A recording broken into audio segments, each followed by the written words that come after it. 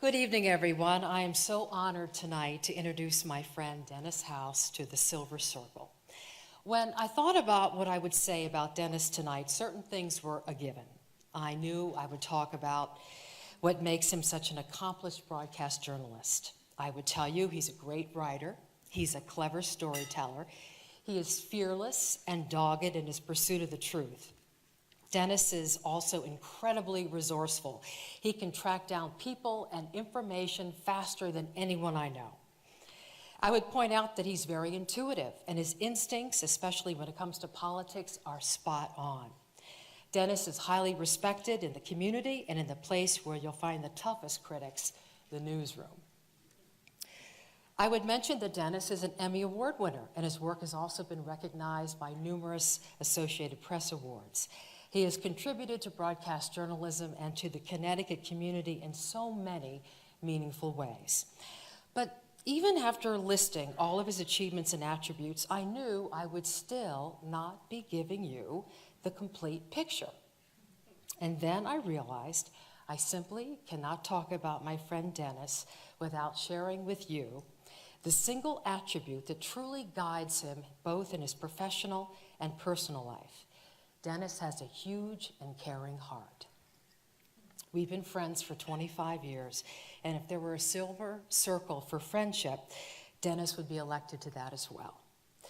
Through the years, Dennis has always been a friend to me, always been there for me, much like a brother, always there to help. When I was in the full blossom of pregnancy, with my feet just too swollen to walk, Dennis pushed me around the newsroom in a wheelchair. When I was going to call a cab after the 11 o'clock news to get to the hotel airport, I should say, where my husband and daughter were staying for our early morning flight, Dennis insisted on driving me himself. It was out of his way and it was late, but he wanted me to be safe. Of course, there is another side to all that brotherly love, the good-natured teasing that goes with it, and I'm going to tell Dennis. Dennis has a very silly sense of humor, a humor, I promise you, that brings you back, way back, like third grade. Through the years, I have found his publicity picture taped to the back of my coat, of course, only when it was pointed out to me after I'd been out and about running errands in town. I also let out a few good screams or two after discovering a rubber snake and a plastic mouse in my studio makeup bag.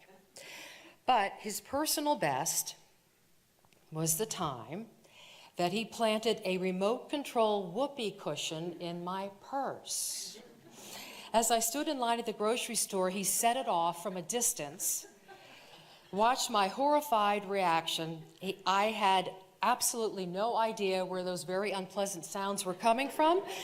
I only knew it sure sounded like they were coming from me. I could never get mad, though, because the truth is I find that silly humor funny, too. And Dennis has kept me laughing all these years, especially when I needed it the most, when my father died. I was very close to my dad, and I was anxious about going back on the air. Would I be able to hide my grief? As soon as I walked off the elevator and into the newsroom, there was Dennis waiting for me with a big hug. And within a few minutes, he said something ridiculously silly, and I knew I was going to be okay. Several years later, I watched his big heart grow even larger, in fact, even skipping a few beats, when Dennis saw the new reporter we had just hired, Kara Sunland. He was smitten, I'll tell you. And he needed information right away. So he talked me into asking Kara, who I had just met, if she had a boyfriend. Awkward? Oh yeah, but I did it. And Dennis followed his heart, and what happened? He found his soulmate. They had been married for 14 years, and they have 2 beautiful children. He couldn't be a more dedicated and devoted husband and father. It's really a joy to watch him with his family, and honestly, I've never seen him happier.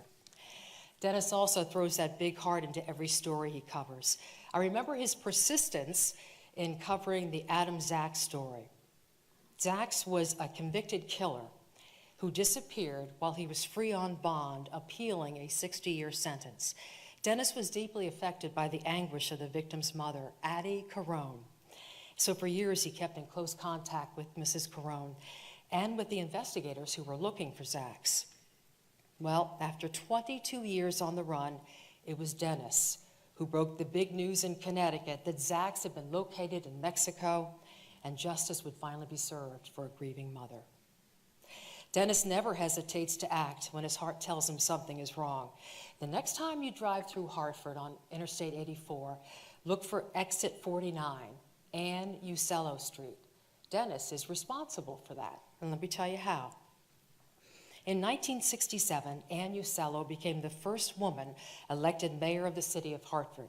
In fact, she was one of the few women mayors in the country at that time, and the story even made international news.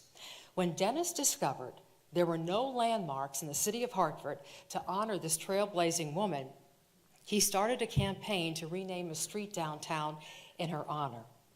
He called state lawmakers, he appealed to the governor, and he got it done. And the best part, Ann Uccello lived to see it. She is now 95 years old and forever grateful to that determined journalist who wanted to make sure that a woman who made history would always be remembered. In closing, if you remember anything that I've shared about Dennis tonight, I want it to be this, that big heart. He still cares after all these years. Dennis continues to be deeply passionate about how the news is covered. Our responsibility as broadcast journalists to be brave and asking those tough questions, to be diligent in uncovering the truth, to be critical thinkers, open to differing points of view, and most of all, to be fair. Dennis, it's been an honor to work with you all these years. I love you like a brother. You are absolutely the best. Congratulations to you. Now, let's take a look at how your journey led us here tonight to the Silver Circle.